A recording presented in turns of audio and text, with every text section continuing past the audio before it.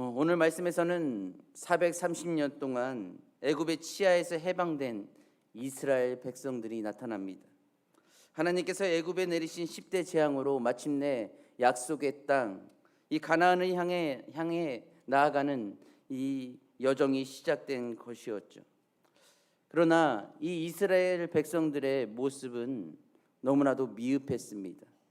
왜냐하면 애굽에서 호화롭게 누리고 싶은 것을 누리다가 또한 해방된 것이 아니라 먹고 싶은 것도 먹지 못하고 입고 싶은 것도 입지 못하고 벽돌을 굽고 성을 쌓고 노예로서의 삶을 지탱하다가 급하게 나왔기 때문이거든요. 그들의 손에는 막상 싸움을 할 만한 무기도 없었고 자신의 몸조차도 지킬 만한 방어구조차도 없었던 상태였습니다. 아무 효력도 또한 쓰임도 없는 이 영적인 불구인의 상태가 바로 이스라엘 백성들이었죠. 그렇기 때문에 그들은 빠른 시일 내에 가장 빠른 방법으로 적과 꿀이 흐르는 그 약속의 땅, 가나안 땅을 가고자 했을 것입니다. 이스라엘이 출애굽해서 가나안을 향할 때 어떤 길을 따라서 여행했는지 명확하지는 않지만 학자들의 의견에 따르면 세 곳의 여행로가 있었다고 합니다. 동북쪽, 중앙, 그리고 남동쪽 여행로, 세 가지의 여행로가 있었는데 이 중에서 가나안에 이르는 가장 빈번한 길은 동북쪽 여행로였다고 합니다. 하지만 하나님께서 이 이스라엘을 애굽에서 인도하실 때 가나안에 이르는 가장 빠른 길을 허락하지 않으셨습니다. 우리가 생각만 해도 당연히 빠른 길로 가도록 하는 것이 현재의 상황에서 지혜로운 판단이었을 것 같은데 하나님은 왜 빠른 길로 나아가는 것을 허락하지 않으셨을까요? 어찌 보면 우리도 일상에서 이와 같은 일을 경험할 때가 있지 않습니까? 이 길이 맞는 것 같고 이 방법으로 해야 자녀가 성공하고 올바른 길을 갈 것 같고 이 사람을 통해야만 계약이 이루어지고 내가 그려놓은 대로 해야 회사와 직장의 모든 일이 성사될 것 같은데 끝내는 생각지도 못한 길과 방법으로 이루어져 낙담하고 근심거리가 될 때가 있지 않습니까? 낙담하고 근심이 될 만한 일들, 우리뿐만이 아니라 이스라엘 백성들뿐만이 아니라 구약 성경에 보면 욥 또한 그러했습니다. 욥은 하나님 앞에서 흠이 없다고 할 만큼 의로운 사람이었죠. 그러나 전혀 이해할 수 없는 이유로 고통을 받았습니다. 그의 고통은 참으로 참혹한 것이었죠. 모든 소유를 앗아갔을 뿐만 아니라 그의 건강까지도 쳐서 완전한 폐인이 되어버렸습니다. 욥은 너무나 고통스러운 나머지 자신이 태어났다는 사실 자체를 저주할 정도였죠. 그러나 그 가운데서도 욥은 범죄하지 않고 이 믿음을 지키자 하나님께서는 그에게 이전보다 더한 갑절에 이르는 축복으로 인도하셨습니다. 원하는 대로 되지 않았다고 해서 근심이 있다고 또한 고통이 있다고 해서 모든 것이 끝이 난 것이 아닌 것입니다. 하나님께서 우리 인생의 여정을 그려놓으신 그림은 이스라엘 백성들을 인도하신 것처럼 우리의 생각과 다르게 더 넓게 더 깊게 펼쳐져 있다는 것을 믿으시기를 바랍니다. 아담에 대한 유머인데요. 하나님과 아담이 에덴 동산을 거닐며 대화를 나누었습니다. 그 아담은 궁금한 나머지 아담이 하나님께 물었습니다. 하나님, 하와는 정말 예뻐요. 왜 그렇게 예쁜지 모르겠어요. 왜 이렇게 예쁘게 만드셨어요? 라고 물어보자 하나님은 말씀하셨습니다. 그래야 네가 늘 그 애만 바라보지 않겠냐? 아담이 다시 궁금해서 하나님께 물었습니다. 그런데 하와는 좀 멍청한 것 같아요. 왜 그렇게 만드셨어요? 하나님께서 말씀하셨습니다. 바보야, 그래야 그 애가 널 좋아할 거 아니냐? 하나의 우스갯소리지만 사람은 누구든 완벽하다, 완벽하지 않다, 완벽하지 않다는 것을 또한 교훈해주고 있는 것입니다. 그 완벽하지 못한 이스라엘 백성을 향한 그 넓고 또한 깊은 하나님의 섭리가 오늘 말씀에서 하나님은 왜 빠른 길을 선택하도록 하지 않으셨을까에서 볼 수 있는 것입니다. 본문 17절 말씀을 함께 읽겠습니다. 본문 17절 말씀 시작.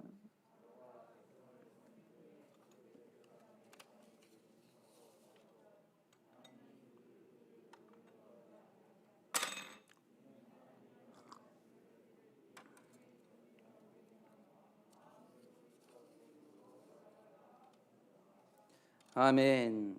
하나님께서 이스라엘이 그 길을 택하는 것을 허락하지 않은 이유는 여정 중에 전쟁을 맞지 않게 하기 위해서였습니다. 전쟁을 하게 되면 마음을 돌이켜 애굽으로 돌아갈까, 또한 애굽으로 돌아갈 것이라는 것을 이미 하나님은 아셨기 때문이었죠. 또한 가장 빠른 길이었던 동북쪽 여행로, 이 여행로는 애굽에 의해서 관리되고 있는 통로였고 적군의 위협은 여정로에 있는 주민들로부터 올 가능성도 다분히 있었음을 이미 하나님은 아셨기 때문이었습니다. 그래서 하나님은 홍해의 광야길로 돌려 백성들을 인도하셨던 것. 20절 말씀에 의하면 이스라엘 백성은 숫곳을 떠나서 광야 끝 에담의 장막을 쳤습니다. 그런데 그때부터 하나님께서는 하나의 근거로 이스라엘 백성 앞에 세우셨습니다. 무엇이었습니까? 밤에는 불기둥으로 길을 비추시고 낮에는 구름 기둥으로 그들을 인도하셨다. 모세만이 알 수 있었던 이 하나님의 살아계심을 백성들에게도 불기둥, 구름 기둥으로 살아계심을 근거로 보여주셨던 것이었습니다. 그렇습니다. 우리의 눈으로 보기에는 멀기만 하고 이해되지 않을 법한 길일 수 있으나 하나님께서 인도하시는 길은 결코 멸망이나 사망에 이르는 길이 아니었습니다. 특별히 구름 기둥은 단지 위로 올라만 가는 기둥이 아니었죠. 시편 105편에 의하면 구름을 펴셔서 이스라엘 전체를 덮어 사막의 뜨거운 태양 빛을 차단할 수 있을 만큼 넓게 하셨고, 불기둥은 밤이면 급격히 떨어지는 기온의 변화 혹은 맹수의 출몰 등에 전혀 영향을 받지 않도록 이스라엘 백성들을 그 밤 가운데도 대해서도 지켜주셨던 것이었습니다. 이처럼 하나님께서는 아무리 열악한 환경 속에서도 자기 백성들을 완전히 보호하십니다. 또한 하나님께서 함께 하시는 한 우리는 그 어떤 대적도 위험도 여러 걱정도 근심도 두려워할 필요가 없다는 것을 믿으시기를 바랍니다. 그렇게 할 때 하나님께서는 우리로 그 모든 고난을 능히 이기게 하실 뿐만 아니라 마침내는 우리가 상상할 수 없었던 축복의 통로로, 또한 생각할 수 없었던 그 모든 귀한 결과로 우리를 인도하여 주시는 것을 믿으시기를 바랍니다. 1973년 호주 출신 작가로 노벨 문학상을 받은 수상자가 있었습니다. 그는 바로 패트릭 화이트인데요. 호주에 살던 그는 무명 시절에 큰 꿈을 꾸고 영국으로 건너가 열심히 작품을 썼습니다. 최선을 다해 노력을 다했지만 사람들의 주목을 끌지는 못했던 것이었죠. 낙심한 그는 영국에서의 꿈을 이루지 못하고 자신의 고향인 호주로 돌아와서 나무꾼이 되어 깊은 산속에서 생활하며 묵묵히 행복의 계곡과 인간의 나무라는 소설을 써내려갔습니다.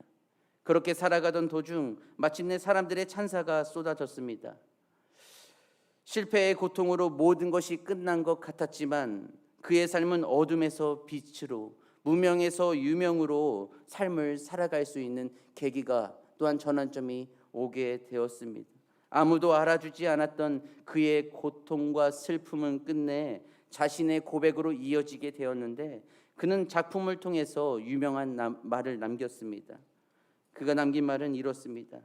인간은 자신이 겪은 고통의 분량만큼 진보한다.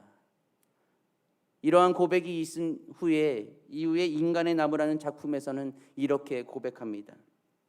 인간은 진정으로 겸손해질 때 하나님과 가장 가깝게 된다. 믿으십니까? 고통 중에 있을 때에는 우리가 마음이 아프고 이 모든 것을 이겨나가기 힘들 것만 같은 장벽이 내 앞에 서 있는 것 같지만, 그 모든 고통 가운데서도 하나님은 우리와 함께 계시다는 사실입니다. 그렇게 고통이 왔다고 해서 우리는 좌절해서 시간을 보내는 것이 아니라 이 모든 상황 속에서도 하나님께서 주시는 뜻은 무엇인가? 이 상황을 통해서 나를 통해 역사하실 일들이 무엇인가 기대하며 소망하며 기도로 준비해야 되는 것이 바로 우리 성도님들이 되실 줄 믿습니다. 누구든지 고통이 있습니다. 나만이 있는 것이 아니고 다른 사람들도 있습니다. 고통은 언제 올지도 모르고 어느 방향으로 나에게 다 들이닥칠지도 모릅니다. 누가 고통을 반갑게 즐겁게 맞이할 수 있을까요? 아무도 없을 것입니다. 그러나 우리는 한 가지 알아야 할 것이 있습니다. 하나님께서 이 위기를 통해 나를 가꾸어 가신다는 것을 믿으시기를 바랍니다. 어떻게 가꾸어 가십니까? 환경의 변화와 문제 해결이 아니라 바로 이 시간도 내가 너와 함께 있다는 것입니다. 고통이 있을지라도 아픔이 있을지라도 곳곳마다 막혔던 모든 길을 열어주시는 하나님의 역사, 이 모든 고통이 있을지라도 전화위복의 기회로 삼고 하나님께서 함께 하신다는 가장 큰 이유, 이 한 가지만으로 최고의 기쁨과 만족을 누릴 수 있기를 축원합니다. 우리 지금 함께 따라해 볼까요? 오늘 말씀의 제목인데요, 나는 불구인입니다. 이 제목이 참 말하기가 어려워서 이걸 해야 될까 하지 말아야 될까 했는데, 이 안에서의 진정한 의미는 나 혼자의 힘으로 갈 때에는 완전하지 못하고 어느 부분이 빠진 듯한 이 나약한 모습을 가지고 있지만 하나님과 함께 나아갈 때는 불구인, 불기둥으로 구름기둥으로 인도함 받는 사람, 그 하나님의 사람이 바로 나다라는 것입니다. 그 불기둥과 또한 구름기둥으로 우리의 시각적으로 지금은 확인할 수 없지만 보이지 않는 곳에서 늘 성령님께서 우리를 치시고 우리를 인도하여 주신다는 것을 믿으시기를 바랍니다. 나를 간절히 찾는 자가 나를 만날 것이다 말씀하신 것처럼 오늘도 하나님을 간절히 찾고 하나님과 함께 동행하며 나아갈 때 오늘 22절의 말씀에서 하나님은 이스라엘 백성을 떠나지 않으신 것처럼 하나님께서는 절대로 오늘도 앞으로의 모든 삶 가운데서도 우리를 절대로 떠나지 않으실 줄을 믿습니다. 함께 기도하시겠습니다. 사랑의 하나님 아버지, 이스라엘 백성들이 먹을 것도 입을 것도 그 어떠한 무기도 갖춰지지 않은 상태에서 주님께서 인도하신 귀한 일들을 함께 나누었습니다. 아버지, 늘 주님과 함께 그 모든 것을 책임져 주신다는 것을 믿고 확신하며 나아갈 수 있는 귀한 삶 되게 하여 주시옵소서. 우리는 그 어떠한 능력도 없을지라도 우리에게 가장 큰 하나님이 계신 줄 믿사오니 우리의 모든 고통과 역경과 근심이 있을지라도 우리가 두려움에 휩싸이는 것이 아니라 하나님의 능력이 휩싸여서 오늘도 믿음으로 담대히 거침없이 나아갈 수 있는 주의 백성들 되게 하여 주시옵소서. 사랑이 많으신 예수님의 이름으로 기도드리옵나이다. 아멘.